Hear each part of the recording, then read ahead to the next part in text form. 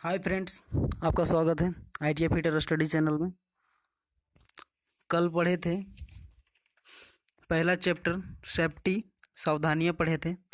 आज पढ़ना है माप और मापक यंत्र। इसमें से 25 क्वेश्चन है। चलिए आगे बढ़ते हैं।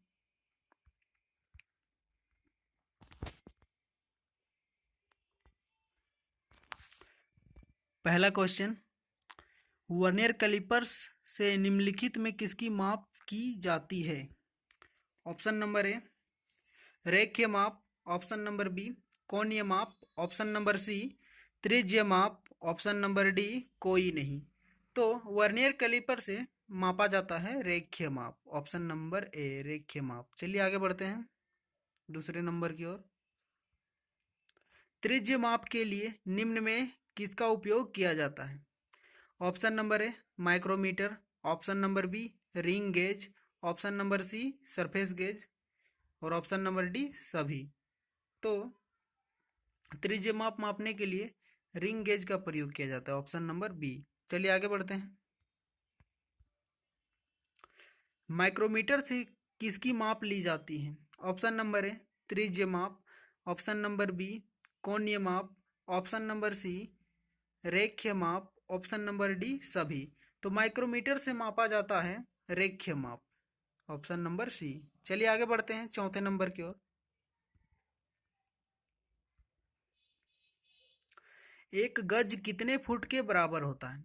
Option number A 2, option number B 5, option number C 4 और ऑप्शन नंबर डी 3। तो एक गज बराबर होता है 3 फीट होता है। Option number D. चलिए आगे बढ़ते हैं पांचवें नंबर की ओर। एक फुट का मान कितना होता है? तो एक फुट का मान 12 इंच होता है। Option number D. चलिए आगे बढ़ते हैं।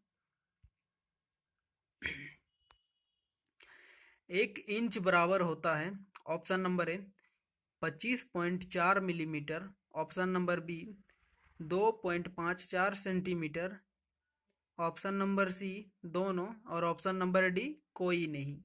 तो 1 इंच बराबर होता है 25.4 मिलीमीटर और 2.54 सेंटीमीटर भी होता है, मतलब दोनों होगा। Option number C. चलिए आगे बढ़ते हैं सातवें नंबर की ओर।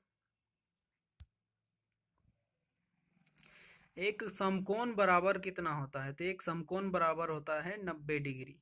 90 डिग्री। चलिए आगे बढ़ते हैं।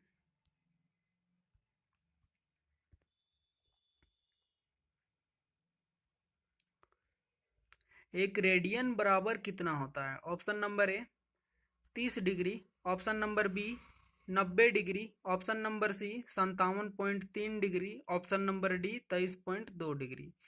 तो एक रेडियन बराबर होता है 57.3 डिग्री। Option number C. चलिए आगे बढ़ते हैं 9वें नंबर की ओर। 1 डिग्री सेल्सियस का मान कितना होता है? Option number A 9 degree, 9/5 degree Fahrenheit, option number B 5/9 degree Fahrenheit, option number C 3/5 degree Fahrenheit और option number D 5/3 degree Fahrenheit. तो 1 डिग्री सेल्सियस का मान होता है 9/5 degree Fahrenheit. Option number A. चलिए आगे बढ़ते हैं 10वें नंबर की ओर। तो दिया हुआ है, इसमें पूछ रहा है कौन सत्य है। ऑप्शन नंबर ए एफ बराबर bracket C into 9/5 bracket off plus 32। Option number B C बराबर F bracket F minus 32 bracket off into 5/9। Option number C दोनों सत्य है, ऑप्शन नंबर डी कोई नहीं। तो पहला वाला जो है एफ बराबर सी इंटू 9/5 प्लस 32 और ऑप्शन नंबर बी जो है सी बराबर एफ माइनस 32 इंटू 5/9, ये दोनों के दोनों सही है। ऑप्शन नंबर ए और बी दोनों सही है, इसलिए ऑप्शन नंबर सी होगा इसका आंसर। ऑप्शन नंबर सी होगा इसका 10वें का। चलिए आगे बढ़ते हैं। निम्नलिखित में लंबाई, चौड़ाई, गहराई, ऊंचाई मापने के लिए किसका उपयोग किया जाता है? Option number A rule, option number A का ही rule, caliper, vernier calipers. Option number B micrometer, vernier, गहराई व ऊंचाई गेज। ऑप्शन नंबर सी में दिया है ऑप्शन ए तथा बी दोनों। ऑप्शन नंबर डी कोई नहीं। तो लंबाई, चौड़ाई, गहराई, ऊंचाई मापने के लिए प्रयोग किया जाता है rule, caliper, vernier calliper, micrometre, vernier, गहराई व ऊंचाई गेज। ऑप्शन नंबर सी होगा इसका, ए और बी दोनों। चलिए 12वें नंबर की ओर बढ़ते हैं। निम्नलिखित में कौन मापने वाला यंत्र है? Option number A vernier caliper, option number B vernier bevel चांदा, ऑप्शन नंबर सी गुनिया, option number D surface gauge. तो कौन मापने वाला यंत्र है? वर्नियर वेबल चांदा, ऑप्शन नंबर बी, 12वें का बी। चलिए 13वें नंबर की ओर बढ़ते हैं। सतह की जांच करने वाला औजार है? ऑप्शन नंबर ए गुनिया, option number B surface plate, option number C surface gauge और ऑप्शन नंबर डी इनमें से सभी। तो सतह का जांच करने के लिए प्रयोग किया जाता है उसे कहते हैं, पहला ऑप्शन नंबर ए होगा, ऑप्शन नंबर बी और ऑप्शन नंबर सी तीनों होगा, मतलब कि तीनों होगा। इसके लिए ऑप्शन नंबर डी होगा। 13वें का ऑप्शन नंबर डी, गुनिया, सरफेस प्लेट और सरफेस गेज। चलिए आगे बढ़ते हैं। स्टील रूल में इंच को कितने बराबर भागों में बांटा जाता है? Option number A 1/8, option number B 1/16 और option number C 1/32। Option number D सभी हो सकता है। तो स्टील रूल का होता है 1/8, 1/8 और 1/16 भी होता है और 1/32 भी होता है और 1/64 भी होता है। तो इसमें 64 वाला नहीं दिया है 64 का, इसका मतलब कि 8 भी सही है, 16 वाला भी सही है और 32 वाला भी सही है। तो होगा इसका 14वें नंबर का option number D, option number D होगा। चलिए आगे बढ़ते हैं। चाबी पीठ रूल में बने बॉक्स में दो रूलों के बीच कितने के कोण पर जुड़ा होता है? Option number A 45 degree, option number B 90 degree और ऑप्शन नंबर सी 60 डिग्री और ऑप्शन नंबर डी 120 डिग्री। चाबी पीठ रूल में बना बॉक्स में दो रूल के बीच में जो कोण होता है उसे हम कहते हैं 90 डिग्री का कोण होता है ना, 90 डिग्री का कोण होता है। चलिए आगे बढ़ते हैं। इसका ऑप्शन नंबर बी होगा 15वें का। चलिए 16 नंबर की ओर जाते हैं। तंग जगहों की माप के लिए किसका प्रयोग किया करते हैं? तंग जगहों की माप के लिए किसका प्रयोग करते हैं? ऑप्शन नंबर ए छोटा rule, option number B scale, option number C hook rule, option number D rule. तो तंग जगहों की माप के लिए प्रयोग किया जाता है छोटा रूल। कम जगह, जहाँ कम जगह रहता है और मापना रहता है वहाँ पे छोटा रूल का प्रयोग किया जाता है। ऑप्शन नंबर ए होगा 16 का। चलिए 17 नंबर की ओर जाते हैं।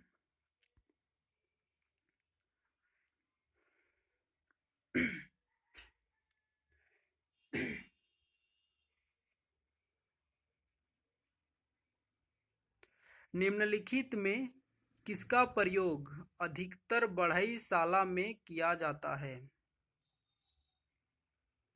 ऑप्शन नंबर ए छोटा rule, option number B folding steel rule, option number C संकुचन रूल और ऑप्शन नंबर डी स्केल। तो बढ़ईशाला में प्रयोग किया जाता है उसे कहते हैं folding steel rule. Option number B होगा। चलिए आगे बढ़ते हैं 18वें नंबर की ओर। निम्नलिखित में कैलिपर्स के प्रकार हैं। ऑप्शन नंबर ए बाहरी कैलिपर्स, ऑप्शन नंबर बी साधारण callipers, option number C spring callipers और ऑप्शन नंबर डी इनमें सभी। तो 18वां का जो कैलिपर्स का नाम दिया हुआ है वो सभी होगा ऑप्शन नंबर डी। बाहरी कैलिपर को आउटसाइड कैलिपर कहते हैं, साधारण कैलिपर को सिंपल कैलिपर कहते हैं और स्प्रिंग कैलिपर को तो स्प्रिंग कैलिपर ही कहते हैं। चलिए आगे बढ़ते हैं 19वें नंबर की ओर। बोल रहा है निम्नलिखित में कौन सत्य है। ऑप्शन नंबर ए स्टील रूल को कभी भी पेचकस जैसा प्रयोग नहीं करें। चलिए ये तो सही है, पहला वाला ये तो पता चल रहा है कि ये सही है। कार्य में लाने के बाद स्टील रूल को अच्छी तरह से साफ करें। कार्य करने के बाद तो कोई भी टूल हो उसको साफ करना चाहिए, भी सही है। स्टील रूल को समय समय पर हल्का तेल जरूर डालें ताकि जंग ना लग सके। चलिए ये भी सही है, मतलब कि ये सभी सत्य है, उपयुक्त सभी सत्य है, ऑप्शन नंबर डी होगा। चलिए आगे बढ़ते हैं 20वें नंबर की ओर। कैलिपर्स किसके बने होते हैं। Option number A high carbon steel, option number B mild steel, option number C दोनों और ऑप्शन नंबर डी कोई नहीं। कैलिपर्स बना होता है हाई कार्बन स्टील और माइल्ड स्टील दोनों का बना होता है। चलिए आगे बढ़ते हैं, इसका 20वां नंबर का होगा सी। मीट्रिक पद्धति में स्टील रूल की लिस्ट काउंट कितनी होती है। Option number A 1/2 millimetre, option number B 1/3 millimetre, option number C 1/4 millimetre और ऑप्शन नंबर डी 1/10 मिलीमीटर। तो मीट्रिक पद्धति में जो होता है मिलीमीटर के तौर पे तो 1/2 मिलीमीटर होता है स्टील रूल का लिस्ट काउंट। चलिए 22वें नंबर की ओर जाते हैं। ब्रिटिश पद्धति में स्टील रूल की लिस्ट काउंट होती है। Option number A 1/23 inch, option number B 1/32 inch, option number C 1/64 inch और ऑप्शन नंबर डी 1/46 इंच।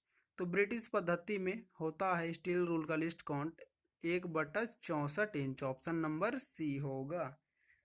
चलिए आगे बढ़ते हैं 23वां नंबर की ओर।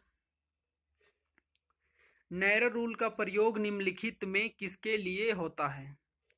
ऑप्शन नंबर ए गहरे सुराख के लिए, ऑप्शन नंबर बी स्लॉट के लिए, ऑप्शन नंबर सी दोनों के लिए, ऑप्शन नंबर डी कोई नहीं। तो नैरो रूल का प्रयोग किया जाता है गहरे सुराख और स्लॉट के लिए, ऑप्शन नंबर सी होगा दोनों। चलिए आगे बढ़ते हैं 24वें नंबर की ओर।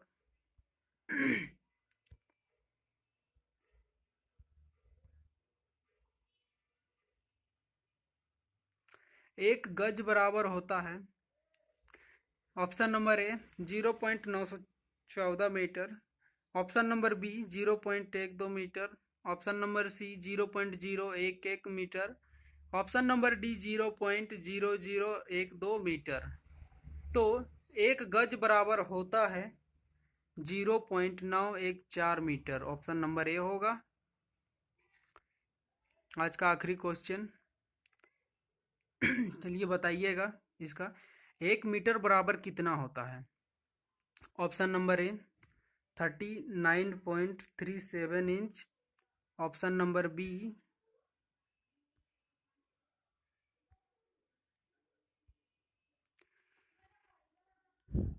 चलिए आपको अगर अच्छा लगा हो तो बताइएगा ये क्वेश्चन का आंसर कमेंट करके 1 मीटर बराबर कितना होता है इंच में और 1 सेंटीमीटर में भी बताइएगा। तो अगर आपको ये वीडियो अच्छा लगा हो तो लाइक शेयर कमेंट ज़रूर से ज़रूर करें और हमारे चैनल में नए हो तो ज़रूर से ज़रूर सब्सक्राइब करें ताकि जो भी नए अपडेट आए आप तक पहुंच सकें। Thank you. जय हिंद, जय भारत।